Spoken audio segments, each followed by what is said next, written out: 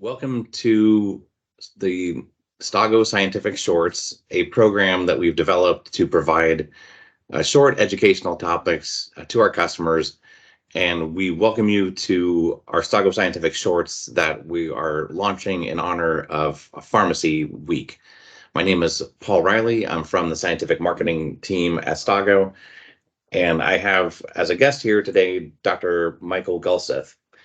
He's a pharmacist and the Anticoagulation Stewardship Director at Sanford USD Medical Center in Sioux Falls, South Dakota. He is also a clinical associate professor at the Department of Internal Medicine at University of South Dakota Sanford School of Medicine. Dr. Gulseth received his Doctor of Pharmacy degree in 1999 from North Dakota State University in Fargo, North Dakota, then completed residency training at United Hospital in St. Paul, Minnesota. He was elected a fellow of the American Society of Health System Pharmacists in 2011 and in 2020, and his research interests include evaluation of antithrombotic therapy safety and efficacy and evaluation of the benefits of anticoagulation services. Thank you again to Dr. Gulseth for joining us today. I wanted to go through a few questions about the current status of anticoagulation that you see in your university hospital practice in Sioux Falls. Mainly, let's start with this question about what is the anticoagulant choice now for venous thromboembolism outpatients and atrial fibrillation patients? What is that percentage of patients in your anticoagulation clinic still on warfarin? Well, thank you, Paul, for inviting me to talk about these important topics. Generally, in guidelines at this point for both venous thromboembolism and atrial fibrillation, direct oral anticoagulants are considered the first-line therapies for those different indications. So then the next question that you asked is, well, how many folks still are on warfarin in our practice? And it's a little bit difficult to completely gauge, but I can tell you that we still have about 1,800 patients or so on warfarin, and then it's over 2,000 patients on direct oral anticoagulants at this point in our practice. And those are just estimates since those numbers do fluctuate from time to time. There certainly are patients that are still appropriate for warfarin who do need to be on warfarin therapy.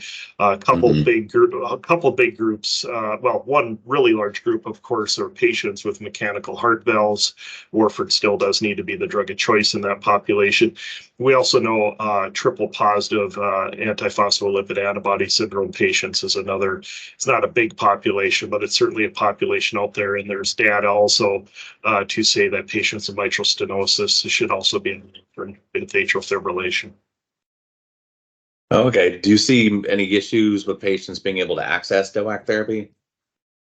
Yes, that's probably the number one reason, honestly, that we have patients still initiating warfarin therapy is an issue with access to the affordability of the drugs. And even patients with Part D Medicare often don't want to pay the out-of-pocket costs for those drugs when they're prescribed. Okay. And then in the hospital setting, what are some commonly encountered situations that you see around direct oral anticoagulants? Well, there's a lot of different things that happen in the hospital. The patients are acutely ill. They might have acute kidney injuries or other things that are affecting their normal status. And so often oral therapies in general, not just direct oral anticoagulants, often can be difficult to continue in the hospital for those types of acute disease issues, but also that there may be situations where a parenteral agent is the drug of choice. So, for example, somebody's on a direct oral anticoagulant and has an acute coronary syndrome event.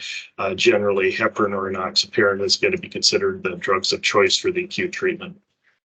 I see. And then what are some misconceptions that you find doctors have about these direct oral anticoagulants?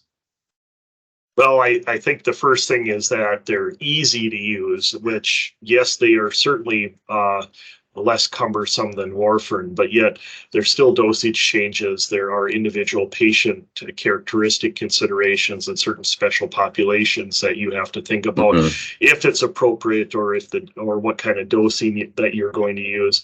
And then, as I mentioned, you really need to consider the financial considerations when they're being prescribed if you want a patient to be successful on therapy, because the goal is for them to continue on it. I think the other thing that we often are educating our medical providers on is patients with acute heparin-induced thrombocytopenia, that DOACs can be appropriate options for treating those patients. Okay. That makes a lot of sense. And then does your hospital always use anti-10A for heparin level testing as a standard practice? Yes, for our workhorse for monitoring unfractionated heparin therapy is the anti-factor 10A heparin level. And so that is generally what we do. There are situations where we do have to use aPTT. The most common would be a patient that's coming off a factor 10A inhibitor, such as apixaban or rivaroxaban, and is a very high thrombotic risk situation. So perhaps they had a new DVT or P that actually developed while they were on therapy. In that case, we are going to be willing to potentially risk over anticoagulation and monitor them with an aPTT in those situations. I see. And then do you see patients that are suspected of heparin resistance while on unfractionated heparin in the hospital? And is there any follow-up testing you perform in those situations? Yes, and sometimes you do see resistance to heparin. There certainly are a sizable, well, it certainly is a relatively common occurrence that you can have patients that are acutely ill that can develop an antithrombin deficiency and acquired antithrombin deficiency. And so often in those situations, we will check antithrombin levels. At least it helps give an explanation of why we're needing to escalate our heparin doses, and then we can decide if that continues to be the best idea or if other avenues need to be pursued. Okay, I see. And I know at your laboratory, at your hospital, you do the DOAC calibrated anti-10A testing, but then many hospitals, especially those in your remote network, probably don't have access to those exact DOAC level tests. So, and we were talking about anti-10A for unfractionated heparin. We know you should use a DOAC calibrated anti-10A if you're really trying to determine exact DOAC levels. But you did a really nice study where you compared the heparin calibrated anti-10A to aPTT for these patients coming off a DOAC. Can you tell us more about that study that you performed? Well, it's a great question, and I think the first thing that I'd like to preface before we get into that is that generally, generally when you look at the literature out there about correlations of heparin calibrated anti-10A levels to actual, calibrated anti-10As to say apixaban, rivaroxaban. Every article I've looked at, no matter the manufacturer, it does seem to show linearity. However, the sensitivity from one manufacturer to the other and what have you may vary a little bit. So, for example, the Stago equipment does seem to be a little bit more sensitive in picking up those apixaban, rivaroxaban residual concentrations than perhaps some of the other manufacturers. Now, that opens up an opportunity for a lot of places, though, to potentially be able to use a heparin calibrated anti-10A, which I fully admit would be off label, but yet there might be an opportunity using that test to screen for potentially clinically relevant residual apixaban and rivaroxaban levels. So one of the things that we've done here, and we published this in Annals of Pharmacotherapy, we were confronted with this issue of where we have patients that are coming off generally apixaban or rivaroxaban. It could happen to be doxaban, but that drug's less common. And they need to start on a heparin drip. And the question is, well, how do we manage that since we know that those residual anti-10A levels will affect a heparin calibrated test because the 10A is still being inhibited in the sample. And largely influenced by the the data out there showing the linearity of the actual drug calibrated concentrations to the heparin calibrated concentrations, we realized that in a lot of lower risk situations where there's not an active thrombosis, it probably does not make sense to start heparin, say when the package insert for apixaban or rivaroxaban would say you should. There had been a lot of recommendations out in the literature to just simply use an aPTT in that situation, where I think in a lot of cases that's perhaps not the best idea. So what we did is we developed a whole treatment guideline for how to handle this situation. We then compared the performance of a hospital using that treatment guideline to a hospital that was routinely using aPTT to handle those transitions from, again, apixaban and rivaroxaban onto an IV heparin infusion. And what we showed was, despite often delaying initiation of heparin longer at our facility compared to the comparator facility, we saw a trend toward less bleeding in our population, which is what we expected.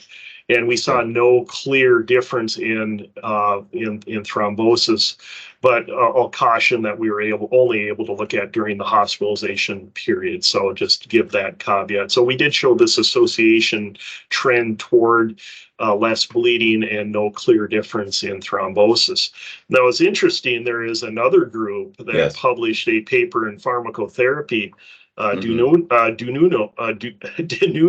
et al., and I've been in contact with that group. They saw very similar findings in what they were doing. They were using actual apixaban or rivaroxaban calibrated anti-factor 10A levels, and then using that to determine when appropriate to start parenteral therapy with either heparin or enoxaparin. And they showed an association toward a decreased risk in major bleeding, and again, without a clear discernible difference in thrombotic outcomes, although they did not look at acute coronary syndrome types of events that I can see. That data is very much consistent with our data, and I think that we have to be cautious on a patient who's coming off of apixaban, rivaroxaban, and thinking carefully on how and when we start that heparin, and perhaps even at smaller facilities, using a heparin calibrated anti-10A could be a very good option to help estimate when the best time to start that heparin drip would be. I see. Those are really valuable findings to that study, and I really appreciate that you brought in the Nuno et al. Paper, because that really is a study that was performed in a slightly different manner, but then you really reached the same findings. And I really appreciate you brought those findings from this paper out so clearly for us today. So I want to wrap up the interview there, but just point out that when we provide the video, in our social media, we'll, please, to our attendees, be sure to see the links to the accompanying webinar from Dr. Gulseth that he recorded for us last year following his completion of his study at Sanford. And just to learn more about that study and the findings and the recommendations from Dr. Gulseth. Thank you very much again.